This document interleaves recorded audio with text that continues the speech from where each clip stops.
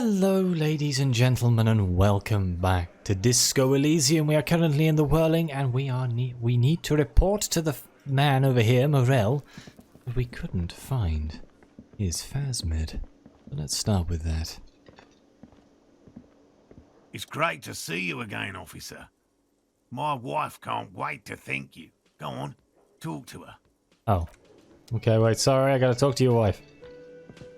Oh, sweetie, I don't even know how to thank you for finding my husband and helping him out. I hope we haven't been too much trouble for you. Just doing my job, ma'am. It was a truly epic long-distance trek. It was just on my way while I was working the case. Don't worry about it. Here, I want to give you a small token of my gratitude. It's a tie.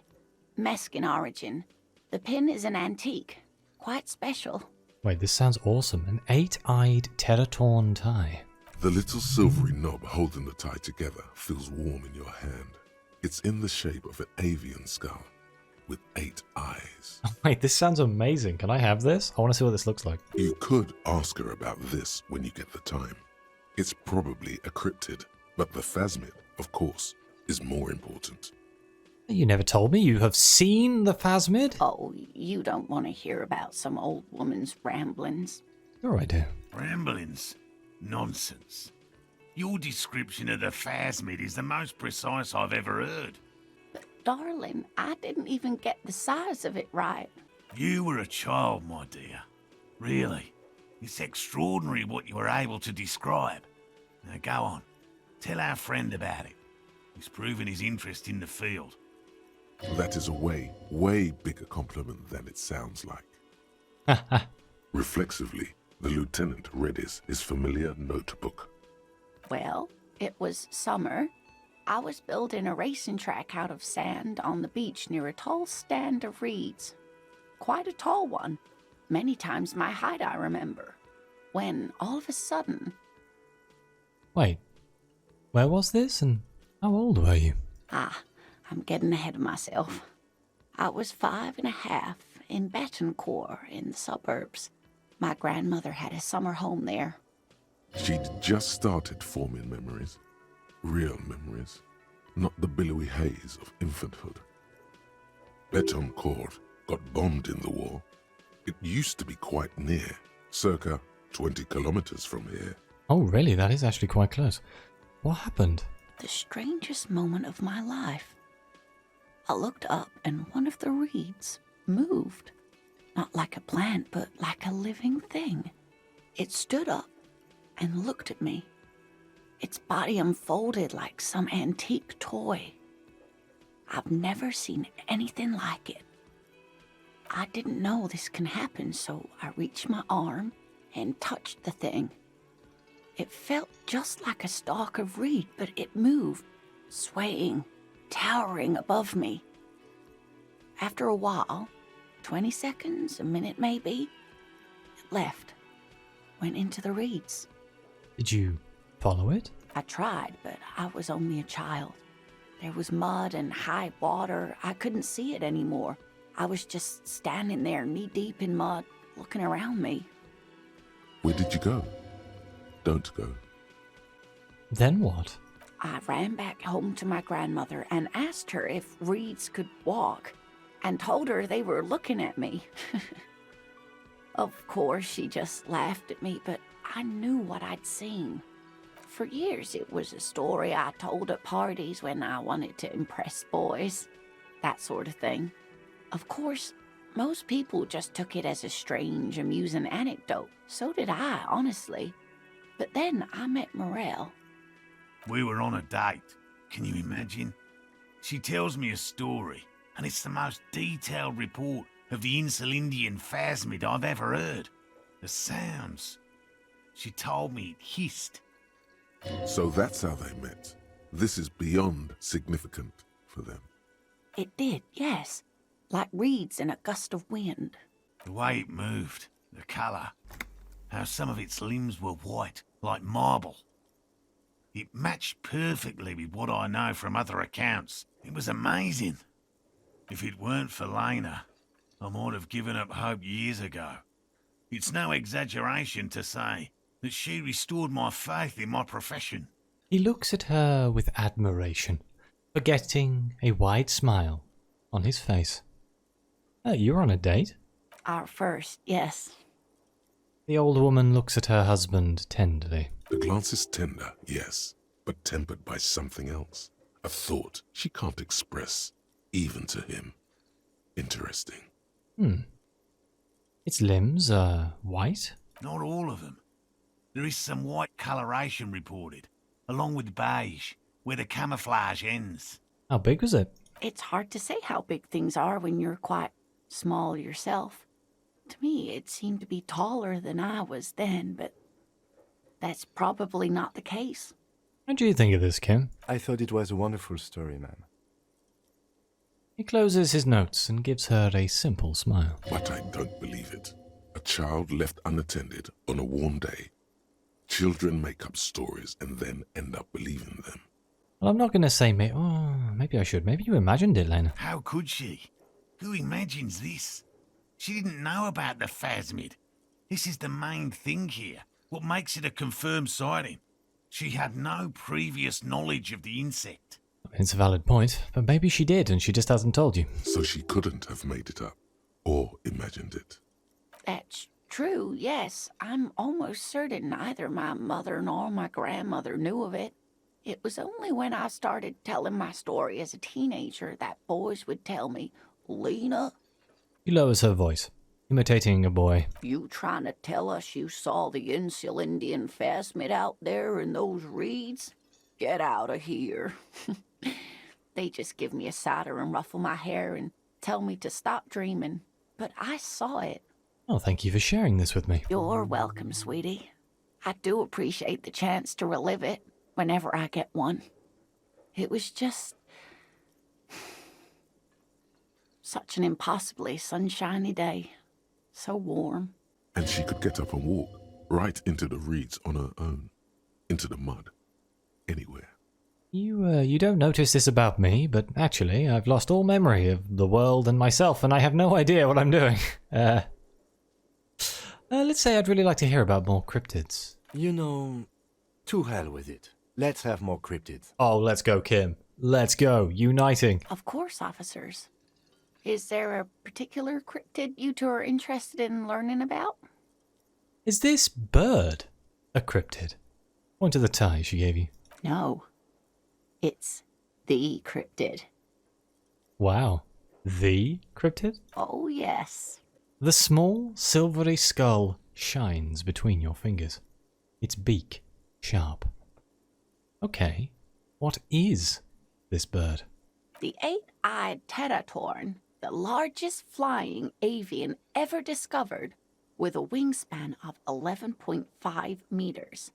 It was thought to have gone extinct 3,500 years ago. Some even doubted the fossils were real. A mutation, they said. Until... Mutation? All of evolution is a mutation. Until it was sighted by renowned Gottwaldian explorer and naturalist Uwe Plattenkalk in 21. This renown seems a bit dubious. Your own catalogue comes up completely empty. But, of course, you are not all-knowing. Wait, I'm not all-knowing? Alright. I need to hear about this sighting. It happened on a botanical expedition into the vast and unexplored Oamrau Canyon in southeast Ilmara. Dr. Plattenkalk got separated from his group during a sandstorm. Okay, and, Umaro is... The world's largest canyon system, sweetie. It's a barren waste east of the Erg Desert. An ancient riverbed completely dried up. What happened? Alone in the blasted desert heat, the doctor wandered eastward, where man hasn't stepped foot in over 1,000 years. Since the fall of Pericarnassus, he was lost, without any navigation equipment and desperately low on water. After a day or two, he noticed a bird high in the noon sky. A great black bird, it seemed gargantuan. Every now and then, the bird would dive down to feed on an animal carcass somewhere on the horizon. But by the time Uwe got there, The Teratorn had taken off already, and the carcass was picked clean.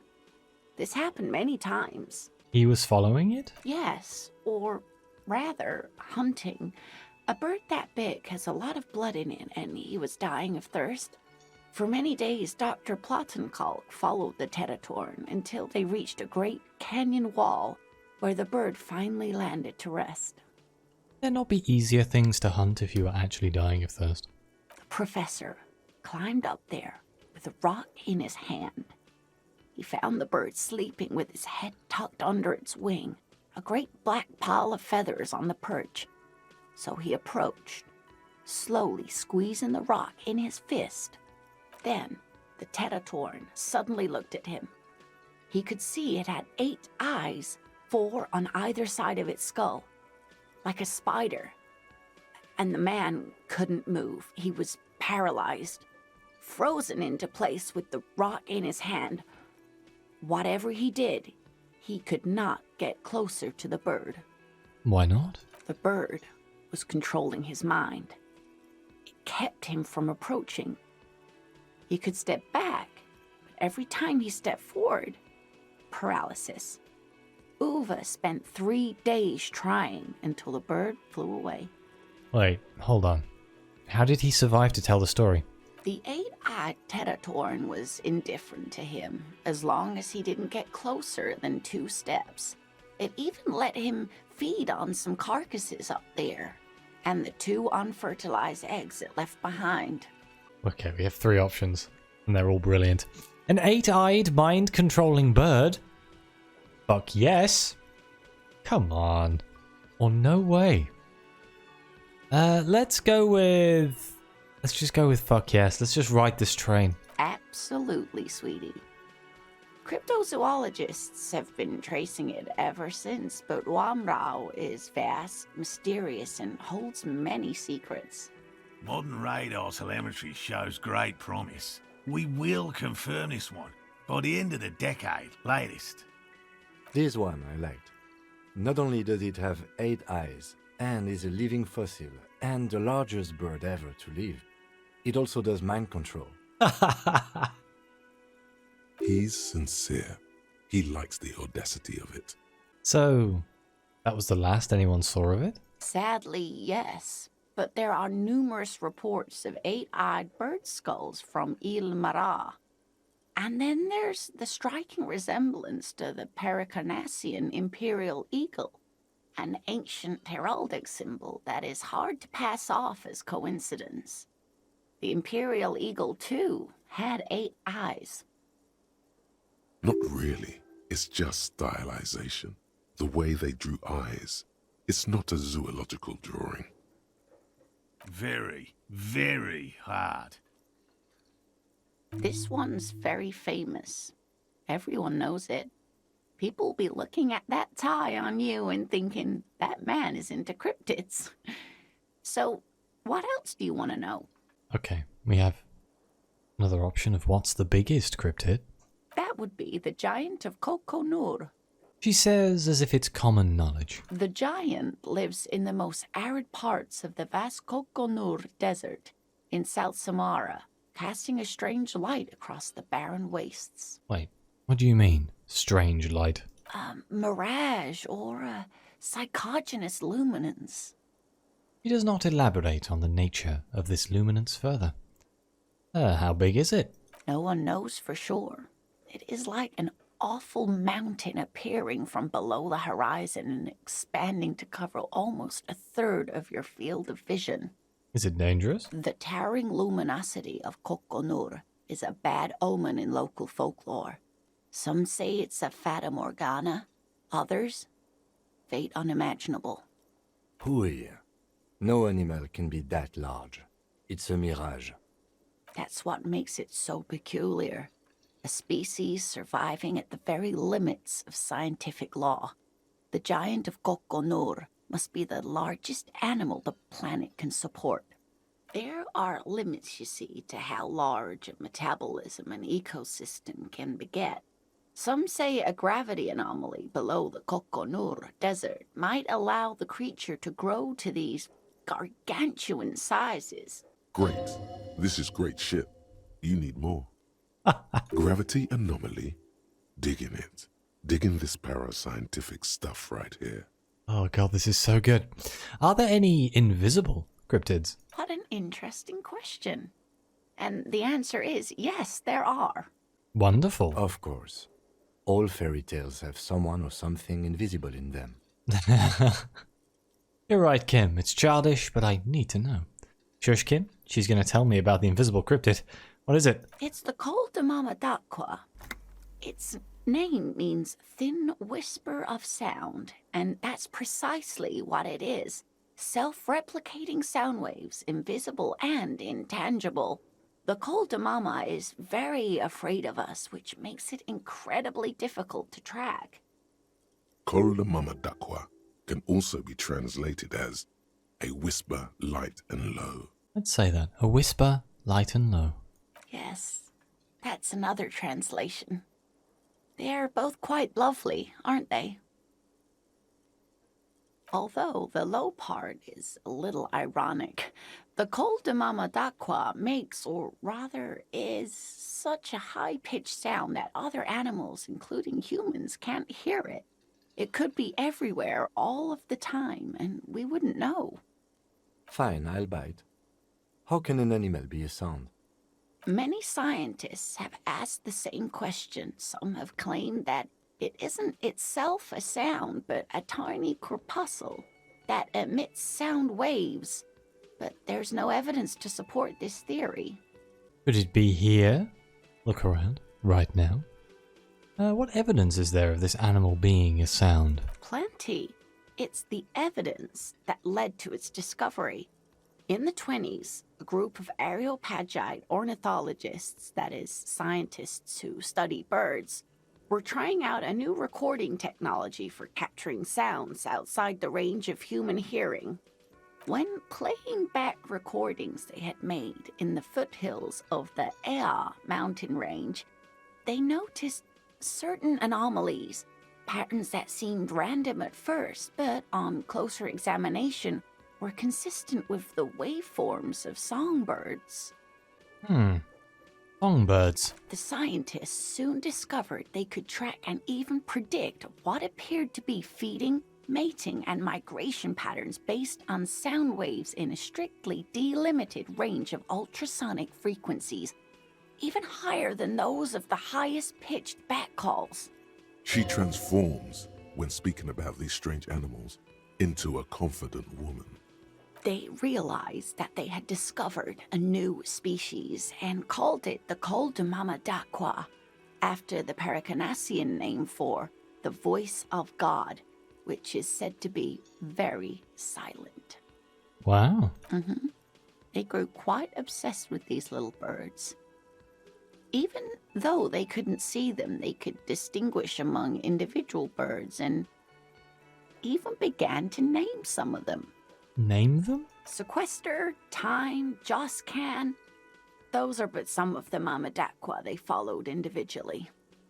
Could it be here? Right now? It could be.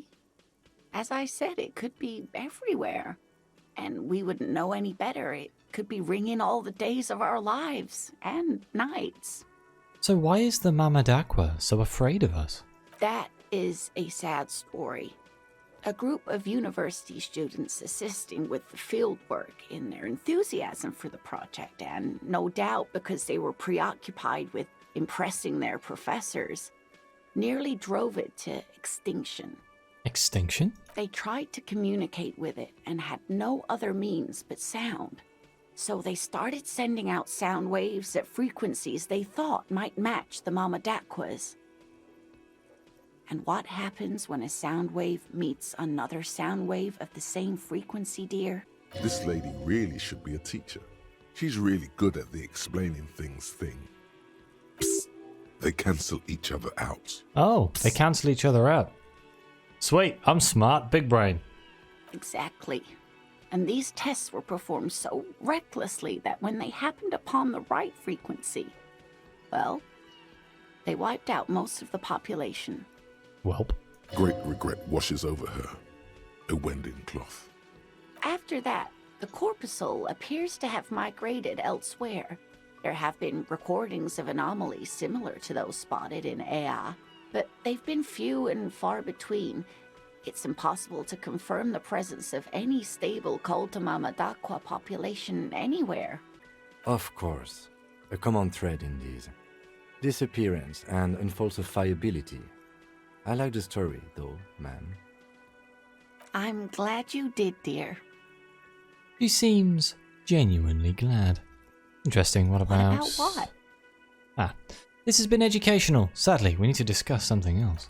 Of course, dear. Can I talk to the man now? About his traps? Ha ha! Nothing like the gratitude of a good woman. Now then, what can I do for you? He gives you a gruff pat on the shoulder. He tries to play it cool, remain professorial. But inside, this man is itching for some news on those traps. So I checked all of the traps. Good. Okay. And? One of them was empty. Completely empty? Yeah, there was nothing in the trap. No locusts, no phasmid. No locusts? No phasmid either? That's not ideal, but The empty trap was the one at your campsite.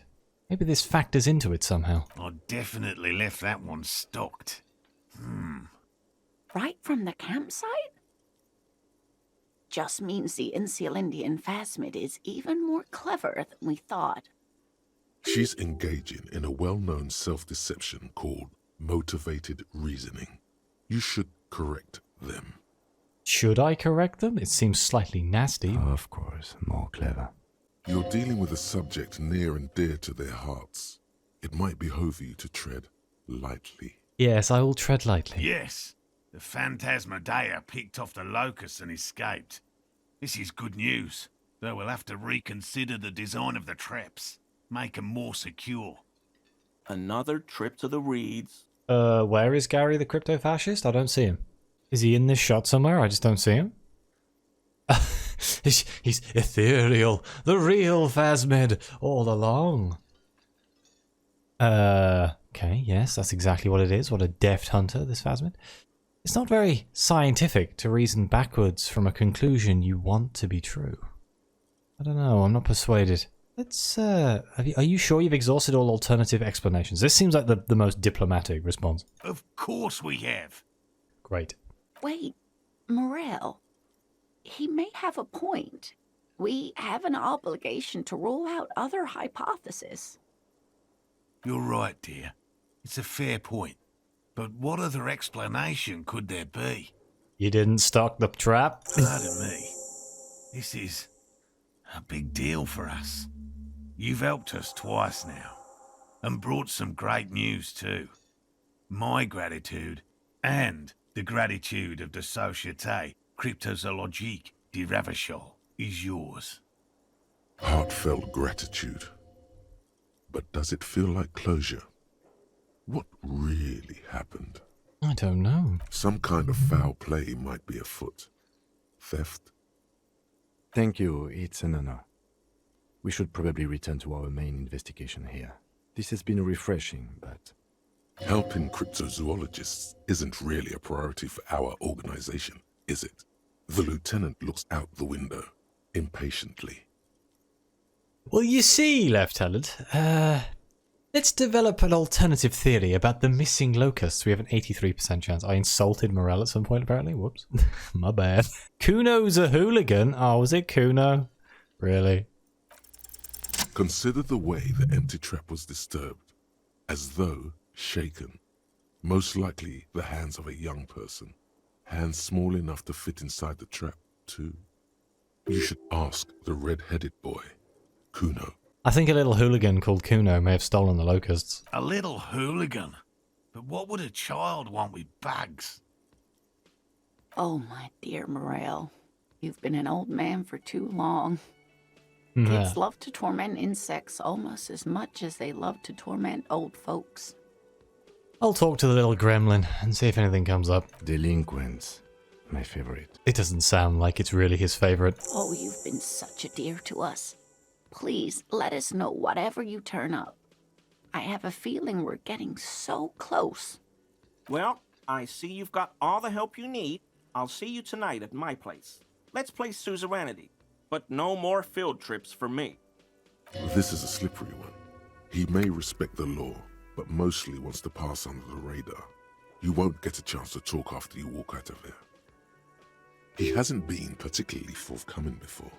He may well still be hiding something. After he's left, it's too late. Really, Gary? We're getting somewhere here. I'd love to play suzerainty, but...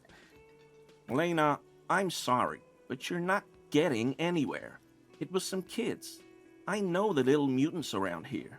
Leave anything out in the open and they'll steal it, even if it's bugs. He looks at his tea. Morel, it's been fun, really, but I need a bath and I have deliveries to handle.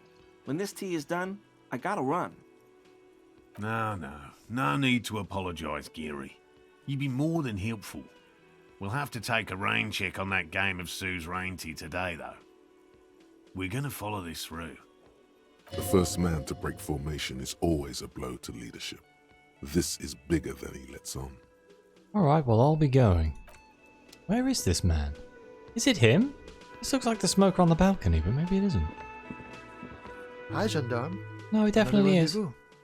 Hello. Adjust your tie. There he is again. The smoker on the balcony. Right here in the whirling in rags. You're here. I am. So are you. What brings you here? What is it about the way he carries himself? Only 8%. Let's not try that. What are you doing here? Admiring the atmosphere. What about you, officer? I'm here to kick some ass and solve the case I'm working on. Well, here's to you. He raises a glass before taking a sip of his drink, wrath grazing his mouth. Tell me again about that muscular type who came to investigate the crime. Oh yes, let's see. He knocked on my door a few days after the lynching. I think he was going through the entire building, asking questions. What did you tell him? Nothing. That I didn't see anything. And he believed you? Why shouldn't he? Did you tell him about your friend? What friend?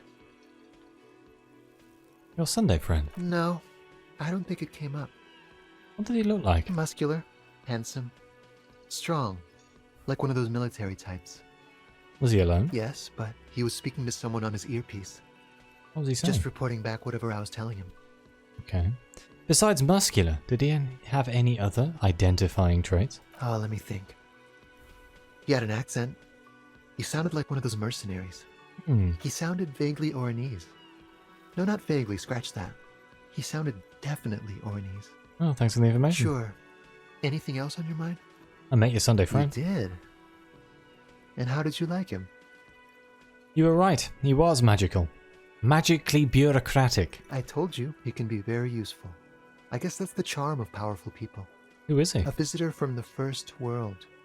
He's not like you and me, gendarme. He can always return. Return where? To his opportunities in Occident, sur la clé. Still, his coming and going brings some life to the village. Or is it just money? I don't know. What are you two? Friends, I told you. Sunday friends. Friends who like to get together from time to time. What does it mean, a Sunday friend? That he won't be there when times get tough, I guess. Is that even a friend? It is. On Sundays. Why was he staying at your place in the middle of the night? He has keys. And he likes the view. To the sea, I mean. I don't want to talk about other people. I want to talk about you. Hmm? What about me, Yeah. gendarme? Let's leave. Bye-bye, gendarme. Where is this crypto-fascist? I don't see him anywhere. Oh, is it him? I really owe you one for getting us out of those reeds, officer. Finally got all that soot out of my hair. Name's Gary. It is this man. I was confused because the picture makes him look like he has brown hair, whereas here he definitely has grey hair. But hello, Gary. Yellow man. I mean, officer. Oh, Christ. Not another one. Is it with people in this game? The lieutenant raises his eyebrows slightly and takes out his notebook. Do you think this is the man who owned the mugs? I'm starting to think this might be the man who owned the mugs. Yellow man, Might this be the owner of that mug you found in the trash? This is something to ask him about, after a little probing first. Okay. A lover of the great outdoors? I like nature, just not this bloody coast. It's mostly drunks and degenerates that come here. This man respects authority too much to see you for what you are. Pretend thou art a sober man. I'm neither of those things, I can assure you. I'm a by-the-books, clean as a whistle, teetotaling officer. I'm not even tempted to touch intoxicants. Degenerates. I've been trained to identify the slightest hint of degeneracy by the preeminent authority on it. Drunks and degenerates, that's my crew. Sadly, I think I might be a drunk or a degenerate. Maybe even both. Nobody's perfect. Have you ever been tempted to drink? Let's go with this one. I've been trained to identify the slightest hint of degeneracy. Oh, I didn't mean it in any scientific way. His gaze shifts nervously to the floor tiles. Serious question time. This man is no innocent. No one is. Do you know anything about the man hanged behind the whirling in rags? Is this your mug? Are you a cryptozoologist too? Were you surprised to see my colleague, Lieutenant Kitsuragi? Let's go with, is this your mug, for the comedy. My mug? Why would you think that? You said yellow man. That's not something many people go around saying. It seemed as if you were calling to it longingly when you cried, yellow man. I can see you recognize it. It's in your eyes. You look like the kind of guy who might have a collection of mugs like this. Home. In his colonial mug collection. Let's go, I can see you recognize it. It's in your eyes. I may have had a similar looking mug in the past. That's all. Still, seems suspicious. Did I mention the mug was found at the scene of a lynching? I'm going to go with this. Okay, I admit it. I threw the mug away in the trash container behind the hostel. I know I shouldn't have, and I am very sorry, officer. He pauses. You're not going to find me, are you? Let's go with no, Gary. I just want information. Whew. Thank you. You won't regret this. I won't use another man's property to dump my garbage ever again. I don't know what got into me, really. Work has been stressful lately. Damn Koiko's price dumping us out of competition. What did you do, Gary? Nothing. Just answering some questions. Helping out the law. Gary, did you put the clothes of a murder victim, the man who was hanged behind the whirling in rags, into that trash container? Or how did you get into the trash container? Let's go with that. I know a guy who works with the trash collection services. CS Municipal. He gave me a master key for the trash containers of Martinez.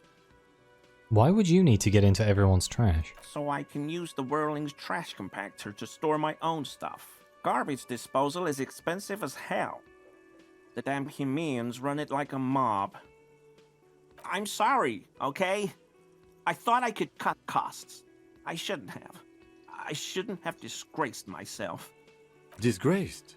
No need for the histrionic, sir. It was, after all, just a trash container. He studies his reaction. Gary doesn't answer.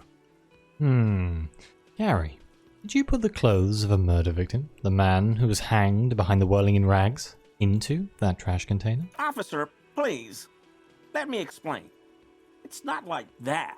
Oh, please do. I was only cleaning up. I live right across the yard from where he was hanged, and I saw him stripped naked. All the clothes lying around in the yard, smelling. People are animals, you know? Okay, then what happened? Then I came out to clean up the rags because no one else would. I put them into the Whirling's trash, along with a broken mug, admittedly. Changes his mind mid-sentence. Okay. I was coming to throw the mug away, and, well, I threw the mug there and the clothes too.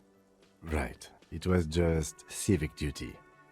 The lieutenant remarks drolly. Exactly. That's exactly what it was. Civic duty. You wouldn't know anything about the victim's missing armor, would you? Armor? No. I mean, yes. Of course. I know he was wearing armor, but I don't know anything about it. An infant could see he's not telling the truth, but he's too scared to admit more wrongdoing. Let's move on for now. I hope I could help your investigation, in my small way. Does this mean you were in his apartment, admiring his colonial mug collection? Perhaps it would be interesting to tell him. If I could upgrade my composure, I might be able to pass this composure check. In fact, I'm going to try that. Let's see if we can get more composure. +1 composure. These shoes! My snakeskin shoes. Oh, wow. That's the tie. A slender bolo tie held together by an antique clasp in the shape of a bird's skull. The skull features 8 cavities for eyes. It's disturbing. You can't look away. So I got 1 extra composure. It's not brilliant. Maybe we can push him for some more information. Very generous of you to help us. I mean, Yes. officers. Only 28% chance. Do you know anything about the man hanged behind the whirling in rags? I told you everything I know, sir. I'm truly sorry for the mug, but I have nothing to do with that. He shifts uncomfortably in his clothes. Uncomfortable shifting around doesn't make him the killer, though. It's something else. Are you a cryptozoologist too? No. I help Morel with research sometimes, and I've learned some things along the way, but I don't usually go in for picnics like this on my own. You were surprised to see my colleague, Lieutenant Kitsuragi. Not many Sealites here, or anywhere, other than Sail. I meant no offense, truly. Of course. Do you remember how, when we met Measurehead and I said the next racist will be a really good one? Yes. Well, this is that racist.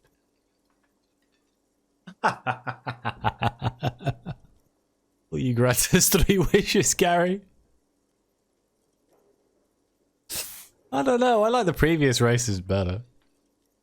Are you Gary? Are you a racist? Hey, man, all I meant was there are not many Sealites around here.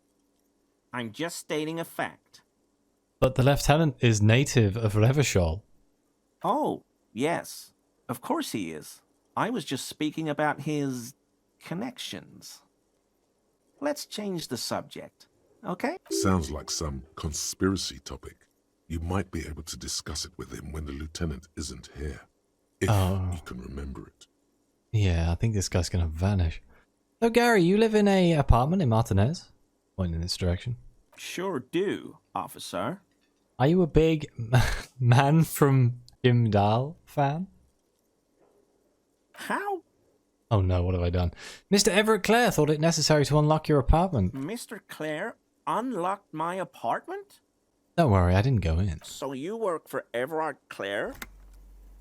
Officer, please tell him we're good. No, tell him I'll make it up to him. Make it up to him? What are you making up? What have I done? He'll send the muscle after me. The man looks around, whispering. He makes sure no one hears you talk. Really, I don't even know what it was about. I just opened the door. Yeah, I don't know what it was, but he doesn't like you. Go with that. I was probably talking too loud in the whirling the other night. About some theories. Stupid. Shouldn't have run my mouth loud like that. Can you tell me what the I theories are? won't do it again. If there's anything I can do to assist you, or the Union, just ask, okay? I'll try to help if I can. This scared him proper. He's positively melting from fear. Has to prop himself up with a lot of anger to keep it together. The weather vane has turned. He cannot be unturned. He clearly liked his squirming. He may even have changed his mind about the whole door opening operation. Okay, let's try and pass this composure check. Why is he shifting around like that? Analyze Gary's composure. 58%. There's a chance we're going to fail this. Is he? Damn. He's looking comfortable enough. Maybe it was just beads. Sounded like beads. But what kind of beads might a man like Gary be hiding beneath his clothes? Are you currently sporting some anal beads? Are those prayer beads I keep hearing? I don't pray, officer. Faith in non-existent helpers is a sign of weakness. Not for proper Revicolian men such as ourselves. Okay, I'm going to leave, but I am going to put a point into composure, because I want to see what this is. Composure, here we go. See if we can try again. Pleasure. I mean, officers. 72%. Alright, cross your fingers. That shirt looks very uncomfortable on him. Look at the buttons, barely keeping that thing together, as if something is ready to rip out from underneath. Something worn underneath it? Yes, like a piece of ceramic armor, for example. One that makes a clicking sound when the plates meet each other, resembling pearls or marbles, stolen from the corpse in the yard near where he lives. I see you're a connoisseur of high-quality combat gear. I knew you'd figure it out, officer. I'm sorry I didn't tell you at once. He unbuttons his shirt. I was ashamed of what I did. And I didn't want you to know. You see gleaming white ceramic shine underneath. A thin layer of interlocking plates cover his gaunt torso. We're not detecting falsehood, sire. He's gearing up to admit the truth. This shame is surprisingly sincere. Gary, what's going on? I took the hanged man's cuirass. I didn't mean to. You didn't mean to? God damn it, Gary. I know. Shame on you. Give the cuirass to the officer at once. The woman looks at you, her eyes soft and pleading. Gary didn't mean to interfere with your investigation officers. He's just thick-headed and poor as dirt. But he's always helped us, given us a place to stay. And he's followed Morel into God knows what jungles. He's a loyal friend. Okay. Give me that armor. Now. He sighs again, hangs his head, and unbuttons his shirt fully. A cuirass that matches the dead man's boots comes into view. Soon it is in your hands, smelling of his sweat. But so light to hold, like a bag of cotton. So why did you really put those clothes in the trash? Everyone was picking those pieces off him, and I was watching them do it. And they'd scattered his clothes all over the yard. Everything was smelling. He looks at his feet. So I went there to take out the trash and started cleaning up. All those rags on the ground, him swinging up there, and I had a lapse of honor, sir. I thought, he's a foreigner. They all say he wasn't from here. Only the cuirass was left, so I stripped it off him. It was early in the morning. No one saw me. I took it with me. It was a mistake. Had I known it'd give you guys trouble, I wouldn't have... Fuck. We're detecting sincere contrition here, sire. He's not trying to flatter anyone. It's okay. It was a loose end, and you are tying it up now. I'm so fucking sorry I called you Yellow Man. Seolite officers commanded the suzerain's navy. Most of them sided with the king when... He shakes his head. They were thoroughly conservative men, he realizes suddenly. It's difficult to say what the lieutenant thinks of this historic apology. His face does not belie emotions. So why did you lie to me, Gary? Because I was weak. I should have told you the moment I saw you, but... He's a scaredy cat. You know who killed the hangman? I always thought it was the Union, but I sure as hell won't go around saying that anymore. You have my word. I don't know, and I won't be running my mouth on this subject anymore. This is all he knows. Are we done here, Gary? Yes, absolutely. I will never do anything like this again. I won't mess with Mr. Clare either. You have my word. Leave? Sweet! We got another piece of the ceramic armor. This vitreous enamel cuirass fits snugly and redistributes kinetic energy across the countless white plates. Amazingly, it fits under your coat, and it also makes pretty porcelain sounds when shaken. Wait, so does this fit? It goes there. Wow. Gives us -1 empathy, but it gives us +1 to the pain threshold and +1 to volition. Could be very useful. But I think, after a very conversation-heavy episode here, I'm going to end it here. We shall pick this up in the next episode. So thank you all very much for watching. Please like, subscribe, let me know what you think. Your comments are greatly appreciated. Thank you again to the members who help support the channel. It really does mean the world to me. And as always, I'll see you next time.